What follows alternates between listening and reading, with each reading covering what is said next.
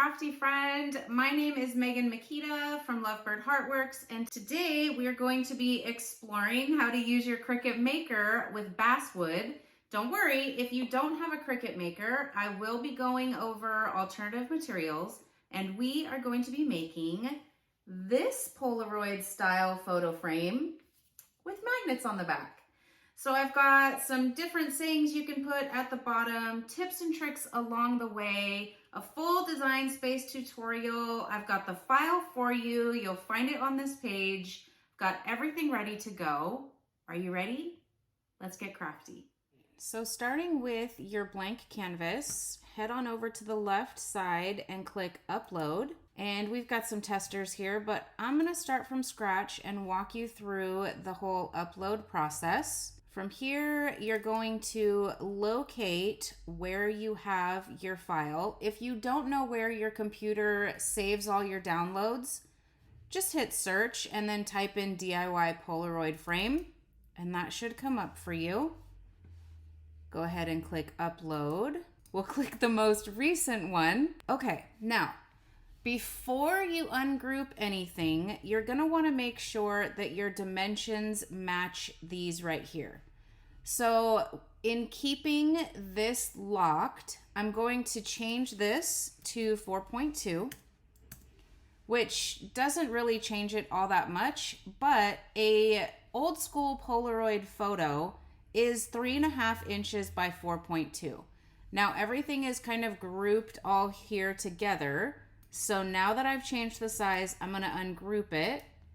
And then I'm just gonna go ahead and click that so you can see that the Polaroid is in fact 3.5 by 4.2. And because I changed it up here, we're all set. Okay, so with everything ungrouped, I'm gonna go ahead and lay out these layers for you. And I'm going to get into some alternate material options that you can use if you do not have a Cricut Maker. So our first layer is going to be this right here. This is our top layer. I'll go ahead and change the name. Okay, next layer is going to be this right here. And this is 3.2 by 3.2. And this is going to be your photo size template. So if you are going to be printing your own photos or maybe trimming down a photo that you already have, these are the dimensions that you're going to want to use in order to fit into here. Now, the way that I have designed this is that this is actually a little bit bigger. So you can see right there that the square fits a little bit larger than the cutout. And that's just so that your photo doesn't fall through the front of your frame. Also, to protect your photo from falling through your frame is this layer right here that I have made this light blue color as a reminder that this is going to be cut out of acetate. So I'm going to rename this acetate. You don't have to do this step. I'm just doing this so that I can lay it out in a way that is easy for you at a glance to see what each layer is going to be made out of, as well as how you're going to lay it out when you assemble it. Okay, so our next layer, you can see it looks just like this, but the sides are a little bit more narrow, and again, that's so that this can fit in here, your little photo. And the top is not there so that you can slide your photos in and out. This one is also going to be made out of wood. And we're gonna call it a spacer because this is going to be going into the middle of your layers. So if you do not have a Cricut Maker and you're using your Cricut Explore machine for this, you can make these 3 layers right here out of chipboard, craft board, heavyweight, cardstock, anything like that. If that is the case, you're going to want to duplicate these layers just to make sure that there's enough room to be able to slide a photo in and out of this right here. So whether you make 2 or 3 of these, this is where you would go ahead and duplicate those. Okay, but I'm going to be using basswood, so I'm just going to keep it with just the singular layer. Okay, this one right here, I'm going to change the name as well. Wood bottom layer. Okay, so we've got everything here. If you were just making a single frame, you can choose which one of these you would like to add. And these would be great in vinyl. You could do it in iron-on, but I've sized them to just kind of fit perfect in this little space down here. Honestly, if you don't want to add anything in there, or if you want to hand write it, you can go ahead, select these layers, and then just hide them all. Or you can delete them. While we're hiding things, because we don't need this to be cut, I'm going to go ahead and hide that one as well. For us, because we are doing the Cricut Crafting Adventure, I'm going to cut this out of vinyl, and this will be the one that I put right here. All right, so now that we've got everything how we like it, everything is renamed, we've got our materials laid out, let's make it. This right here, I'm going to go ahead and rearrange these things on the mat. My particular piece of basswood is 10 by 10, but the way that you need to lay out your mat, I'm going to move these in a little bit. And I'm going to rotate this guy so that I can save my material to the best of my ability. Okay, and then this one I'm going to have go sideways as well. When you're cutting these right here are going to be kind of thin, but that's okay. Your machine will cut it.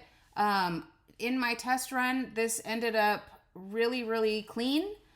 So no worries there. I, of course, had to make sure that I tested this before I send it off to you, like, hey, good luck. So this is going to be our vinyl layer. We can go ahead and leave that just like that.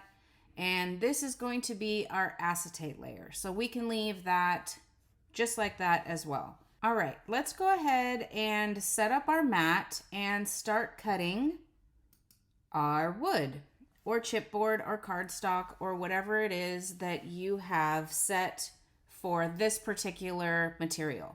Right here, if you do not happen to see your material, maybe it's a material that you don't use very often, click Browse All, and then up here you can just search for your material. So I'm going to put in basswood, and I'm going to be using this 1/16 of an inch. So maybe yours is a little bit thinner. If you are doing this one, you would probably want to do a duplicate of that spacer layer. All right, now we're set. Check out this reminder right here to move the star wheels all the way to the right. I'll show you what that looks like on the machine, but this right here is very important. Okay. Here we go. Let's set up the mat. When cutting your basswood, you're going to want to use a strong grip purple mat, and this is going to help keep your basswood in place. This is the 1/16 thickness. As I mentioned in the Design Space tutorial section, you can use the 1/16 or chipboard or craft board, whatever you have. And when you apply that onto your mat, you're going to kind of want to follow where we had it in Design Space, in the actual place where we told the Cricut where to cut. So I always like to use a brayer, and that just makes sure that the material is going to really adhere well to the mat. And then also you're going to want to use some painter's tape or masking tape and go over each of the sides, really making sure that you are attaching it really well to the mat. Because we're using the knife blade, you don't want your material to shift while you're cutting. You actually never want your materials to shift when you're cutting. But when you're using the knife blade, if it were to move everything around, you could really damage your machine. So make sure that things are really well tacked down onto your mat. All right, let's get to the machine. Before you push this button and load your material into your machine, you're going to want to do two things. The first thing is move these star wheels to the left and the right. And also we're going to replace the fine point blade, which is just the normal blade that comes with your Cricut, and replace that with the knife blade. So when you put your knife blade into the machine, make sure that the gears, the open side of the gears, is facing your machine. And you don't want to force it. You just kind of want to place it right there and then go ahead and close the latch. If this is giving you resistance, try repositioning this because you don't want this to give you any trouble. You want it locked in place and ready to go. All right. We've got our mat ready, we've got our star wheels over, we've got our knife blade in place. Now we push the feed button. When your button flashes, go ahead, push that go button. And keep in mind when doing cuts with thicker materials like chipboard or craft board or basswood like we're using here today, your machine is going to make multiple passes, which can take some time. So it's now cutting the 14th pass, and it's been about 15 minutes. You can see right here how it's lifting a little bit. That's what you want. You just want to make sure that it's cutting all the way through your material.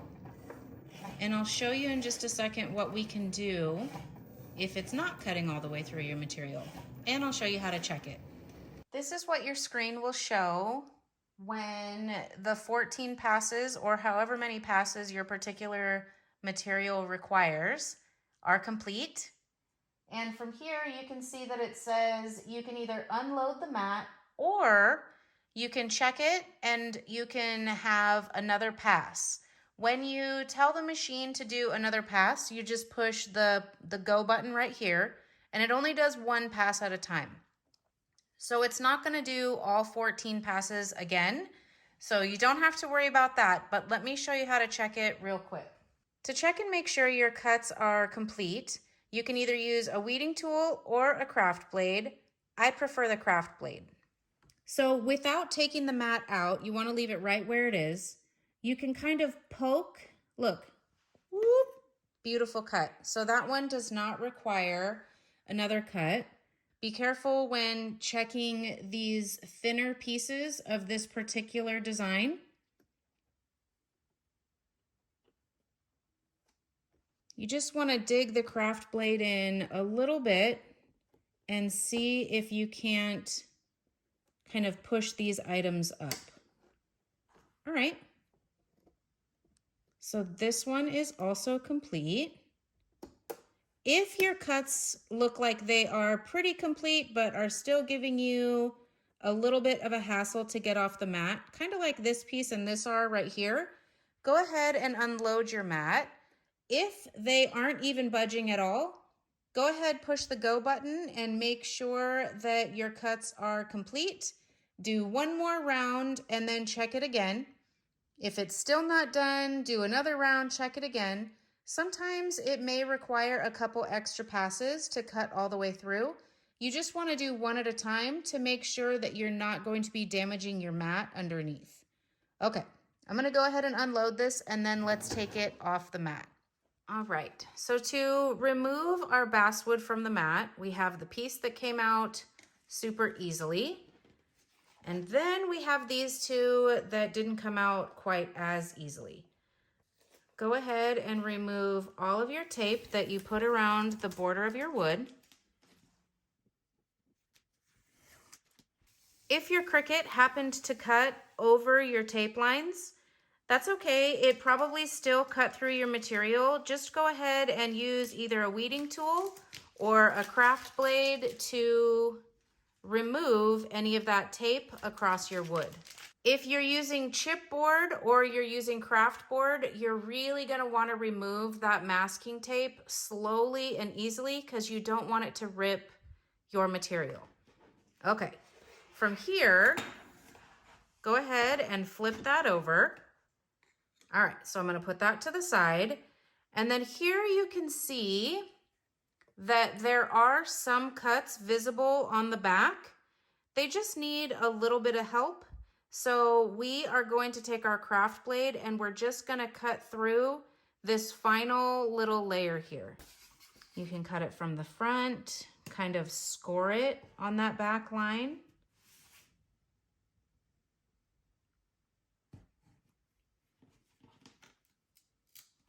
You can kind of hear it snapping a little bit. So we scored it through the front, and now we just want to make sure that we connect it all the way through. And that one looks like it is free to go. So also a good idea is to just sand these a little bit before we put everything together.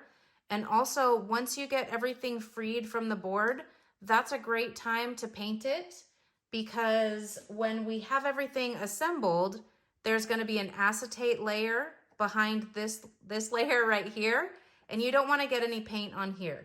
So it's best to go ahead and paint these if you're going to paint these layers while they are separated.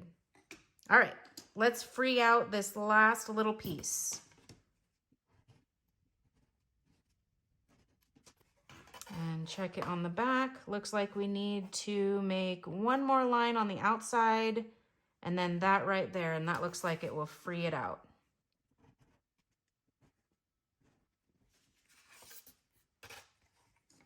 Double check it. The score lines are already here. So I'm just going to very carefully see if I can't break that. And there we go. Now that we've got that set, let's go back to our machine and cut the vinyl and the acetate layers. Make sure that you change your blade back to the fine point blade when it's time to cut your vinyl layer.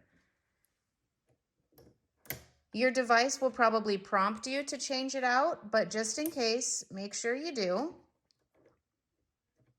That way you won't damage your mat or your material.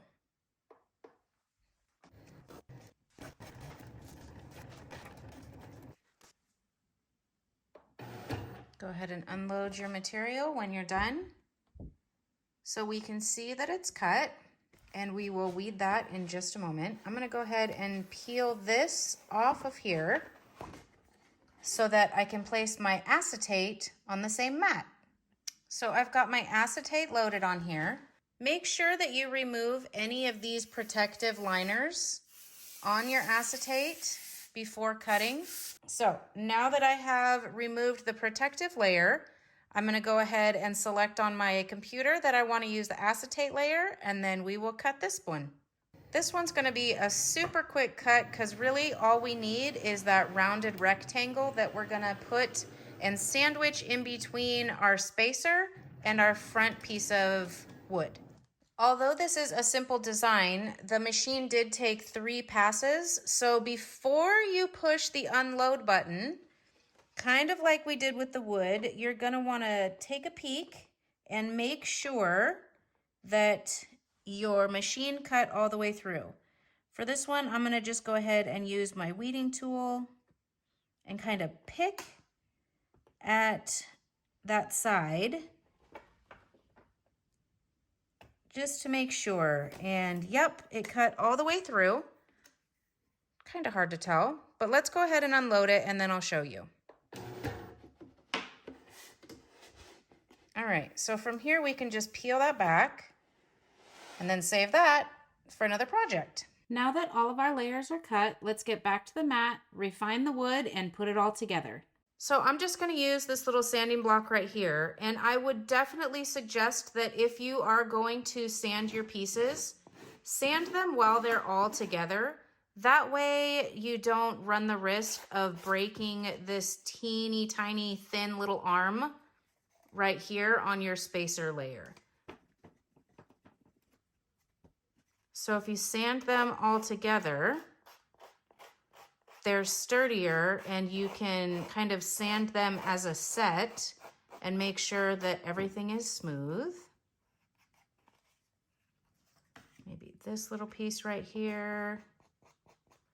All right. Very good. Now that you have everything sanded, painted if you choose, let's go ahead and weed our vinyl and put everything together. So here we have our vinyl. We've cut travel into it. We can go ahead and trim that. Save this piece for another project, of course.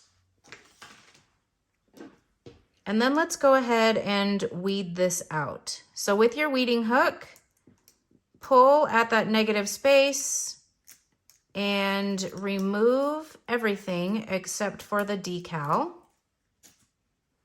Make sure you go back through, get anything that first pull missed, as well as the inside of your letters. All right, now we are ready to transfer this onto our top layer of wood. So grab your favorite transfer tape, lay it right down onto your decal, and grab a scraper tool. I like to scrape the back as well as the front when transferring my decals. I find that gets the cleanest, easiest, quickest transfer to make sure that all of your vinyl is attached to that transfer sheet. And I also suggest pulling it away from the back. So you should get a pretty easy transfer. From there, grab that first layer and center it and keep it as level as possible. Grab that scraper tool again and go ahead and run it across your transfer tape, and then go ahead and peel back that transfer tape. If you are having a hard time with the transfer tape releasing your vinyl, go back through with your scraper tool and give it another really good scrape. Sometimes, especially when you're working with raw wood, it really needs some extra support to grab hold of that vinyl. Let's see, like right here, it's kind of pulling back a little bit. We just take that scraper tool, give it a good little scrape. Let's just go across the whole thing for good measure. All right, and then pull back on itself. And now we've got a better transfer. Kind of low and slow, pull it across. That T needs a little extra help.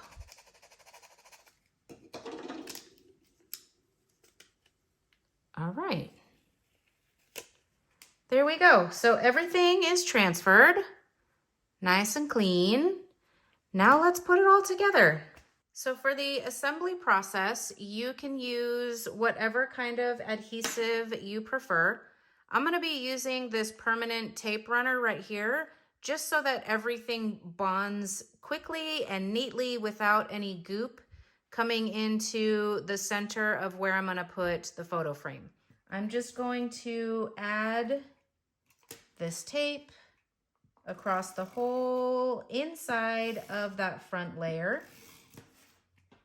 making sure to go all the way up to the top and definitely all the way across that top piece as well. Then grab your acetate.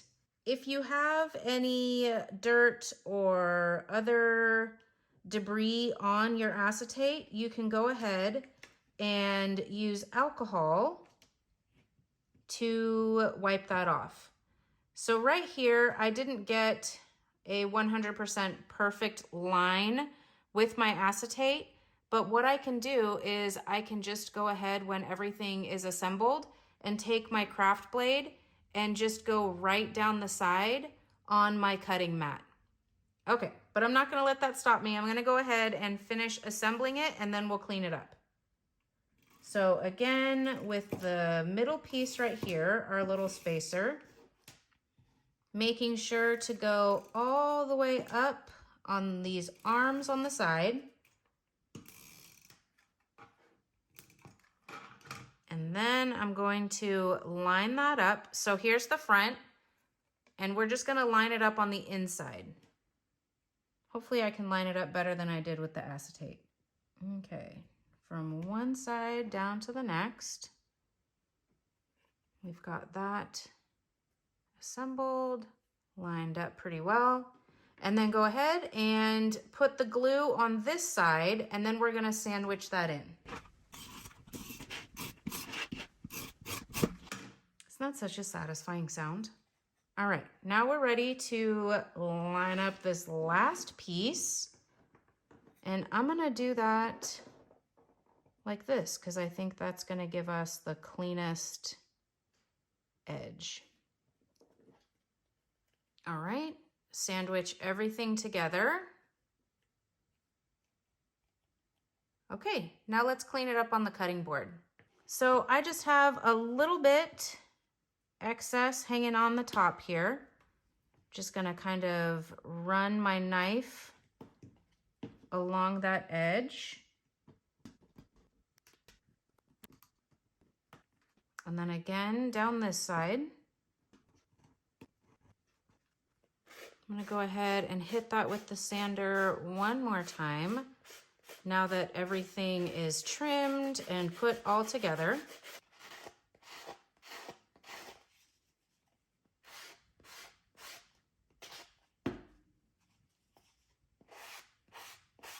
All right, now let's put the magnets on the back and then fill it with our photo.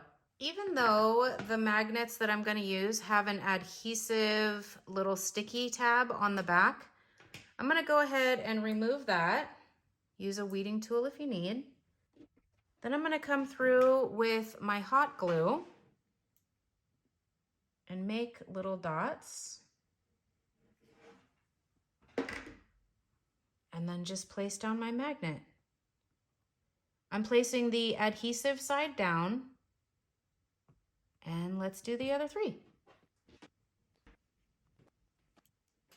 I'm trying not to add too much glue because I don't want it to ooze out the sides, but you definitely want there to be enough to hold your magnets on.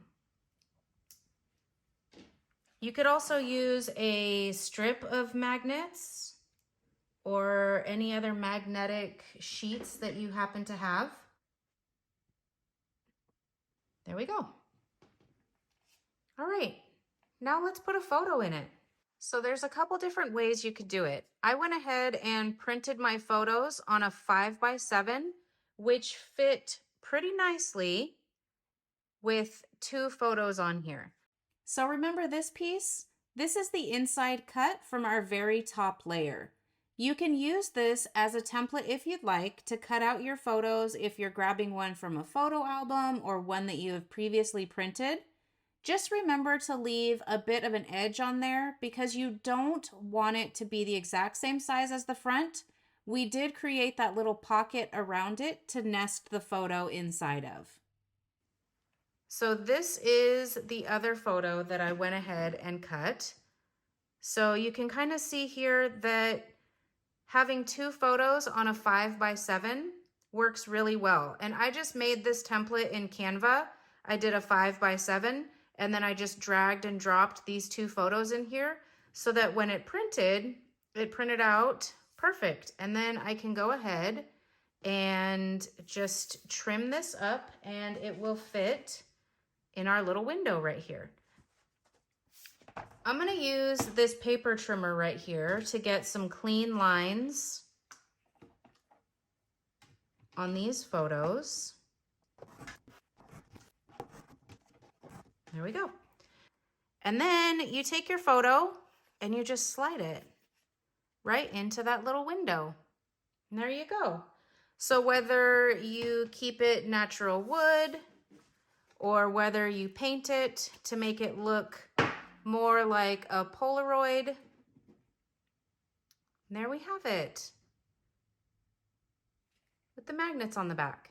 I hope you had fun today creating our Polaroid style magnetic photo frame.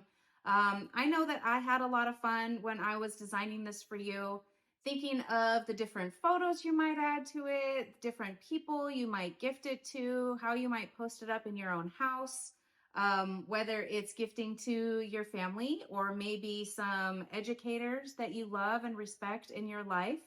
So I just had a lot of fun. And if you had fun, I would love for you to grab this gift that I have for you. It is 2 bonus projects. I recently wrote a book, The Maker's Guide to Cricut, and these 2 projects are not in the book. There are 28 projects in there, but enough about that. I want to share about this. There are, of the 2 projects in here, one is an infusible ink project and the other is an iron-on project. Of course, there are tips and tricks along the way. I love working with both of these types of materials, so I would love to share this with you. Go ahead and tap the link below and enter your email address and your name, and I will get these right over to you. I hope that you enjoy not just these 2 projects and this project, but all the other projects that you'll be taking on during our Cricut crafting adventure. And I know that this adventure is super fun. I'm having a blast making this for you. So if you've enjoyed your time and you want to come and craft with me some more, come and find me on social media at Lovebird Heartworks. Send me a message. Let me know you were here. I'd love to cheer you on your crafting adventure. And we could just get crafty together all the time. So thank you so much for being here with me today. I hope that you have really had a fun time, and I hope to craft with you soon. Bye.